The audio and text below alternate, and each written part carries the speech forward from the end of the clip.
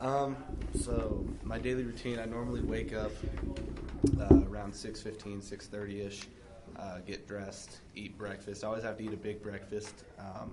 That way I have energy to make it through the school day. Come to school, I've got anatomy first block, weights second block, and then sports and entertainment marketing, and then algebra. But I pretty much just get myself through the school day. Try to learn as much as I can. Try to do homework there if I can. But a lot of times that doesn't end up happening. I then go to practice. Depending on the day, practice normally gets out anywhere between like 4:30 and 5:30. Go home, eat, do homework, go to bed, wake up, and do it again. So I almost always have homework in algebra because I'm in college algebra this year, and they assign quite a bit. Or it's not really a lot of homework; they just frequently do it. So I'll have about 30 minutes of algebra homework, and then if I do have homework for anatomy, that normally only takes about half an hour as well. So really, in total, if it's a night where I have homework in both those classes, it'll take me an hour, maybe a little bit more. But those are really the only two classes that I get homework in. I do think it does, but I think it affects them positively because I don't know, just like having I've experienced it where I don't have practice after school, and when I go home straight after school, a lot of times I end up doing something else and like getting myself distracted, and then before I know it, it's like 9 o'clock at night, and I forget to do my homework. Whereas when I have practice, that keeps me on a schedule, so I practice, come home, eat, and then do homework. So I think it actually helps me with school. It keeps me more motivated because if my grades aren't up, then I can't play, and then it also just kind of keeps me on schedule. That way, I don't forget to do anything.